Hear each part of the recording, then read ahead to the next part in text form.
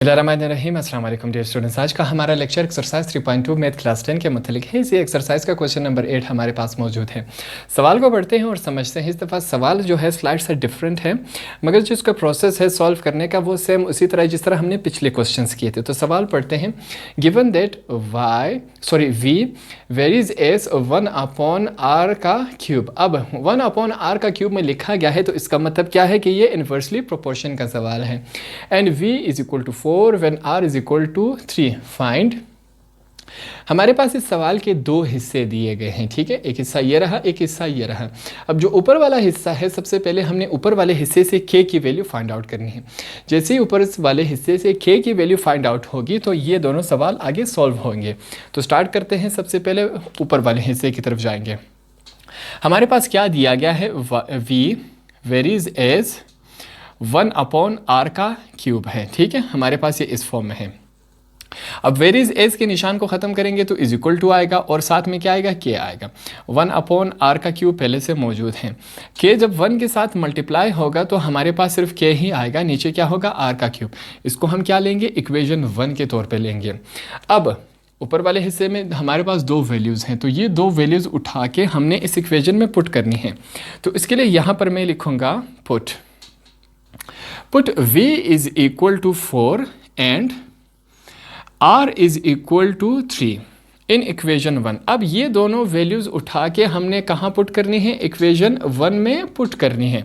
तो पुट करते इक्वेशन 1 हमारे पास क्या है, v इज इक्वल टू के अपॉन r का क्यूब है। वैल्यूज़ v की भी मौजूद है, r की भी, दोनों वैल्यूज़ इसमें पुट करते हैं। v की वैल्यू क्या है हमारे पास, 4 है, इज इक्वल टू के लिखेंगे। r की वैल्यू हमारे पास क्या है, 3 है। और 3 के साथ क्या है, क्यूब। क्यूब क्यों लगाए, क्योंकि r का क्यूब है, r की जगह उसकी वैल्यू क्यूब तो सेम एज इट इज़ रहेगा।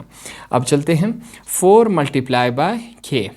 अब 3 का क्यूब का क्या मतलब होता है, 3 को आपस में 3 दफ़ा मल्टीप्लाई करवाया जाए। 3 3 ज़ार 9, 9 3 ज़ार 27। तो 3 का क्यूब का मतलब क्या हुआ, 27 हुआ।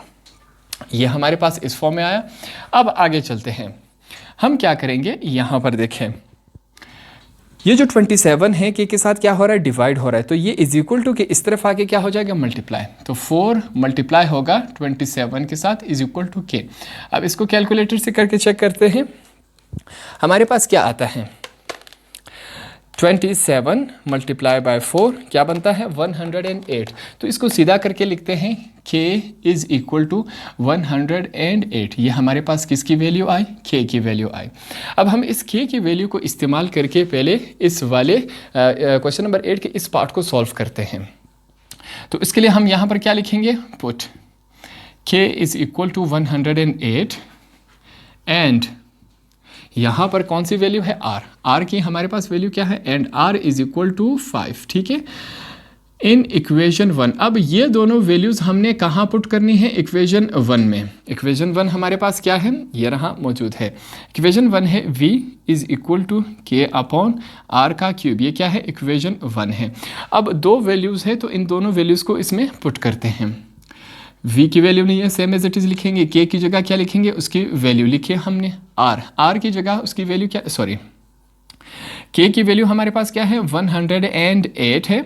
r की वैल्यू जो है वो 5 है। तो 5 लिखेंगे मगर क्यूब लगाएंगे क्योंकि r के ऊपर क्या है, क्यूब है। अब इसको सॉल्व करते हैं। 5 का क्यूब हमारे पास क्या बनता है, 5 का क्यूब हमारे पास बनेगा 125। चेक करते हैं। 5 यहाँ पर देखें, 5 मल्टीप्लाई बाय 5 मल्टीप्लाई बाय 5, 5 5 ज़ार 25, 25 5 ज़ार क्या बनता है, 25 मल्टीप्लाई बाय 5 क्या बन रहा है, 125। तो इसको हम इस तरह लिख सकते हैं, v is equal to 108 upon 5 का क्यूब हमारे पास क्या बन रहा है, 125 बन रहा है।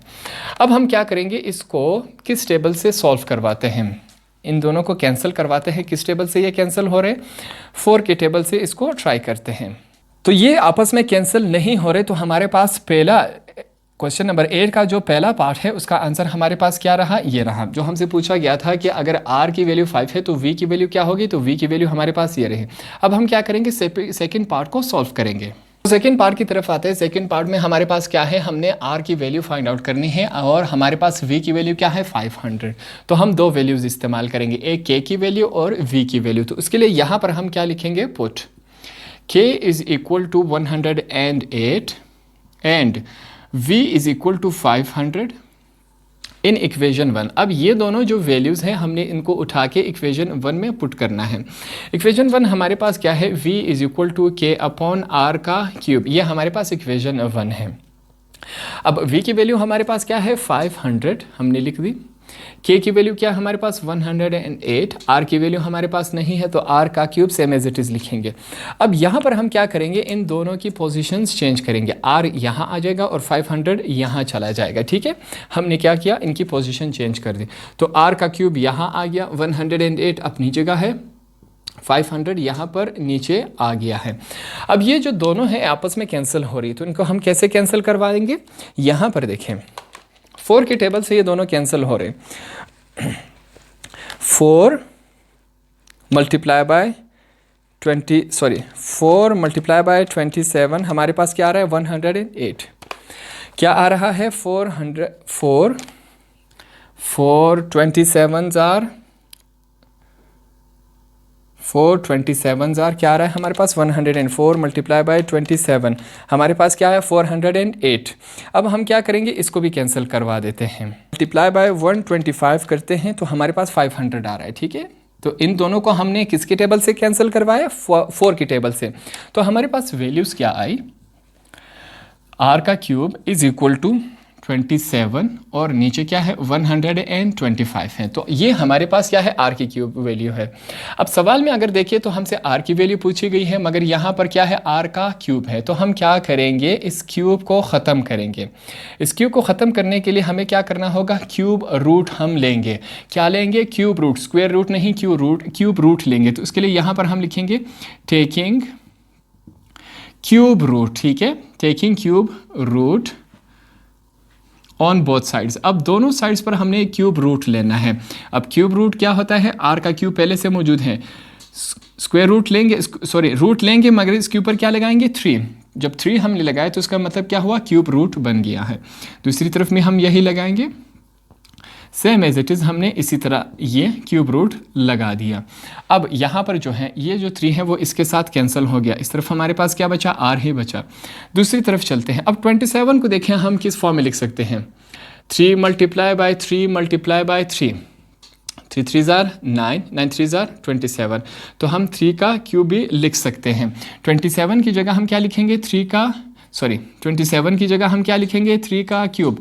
नीचे चलते हैं, क्यूब में अभी नहीं लिख रहा, 125 है। अब 125 को देखिए 5 multiply by 5 multiply by 5 is equal to 5 5 जार 25, 25 5 जार 125। तो 5 को कितने दफ़ा आपस में मल्टीप्लाई किया, 3। तो हम 5 का क्यूब लिखेंगे। क्यूब में इनका एक ही साथ ले रहा हूँ, ठीक है, और साथ में क्या है, क्यूब का रूट है। अब 27, 3 का क्यूब का मतलब क्या होता है 27, 5 का क्यूब का मतलब क्या होता है 125। दोनों के जो दोनों हैं उनका मकसद एक ही है मगर सिर्फ शक्ल चेंज है। तो यहाँ पर क्या होगा, ये जो 3 है वो इसके साथ कैंसिल हो जाएगा। तो हमारे पास क्या बचेगा, r इज इक्वल टू 3/5। तो हमारे पास जो r की वैल्यू जो हमसे पूछी गई थी वो हमारे पास ये रहे। इस तरह आपका ये वाला क्वेश्चन भी कंप्लीट हुआ।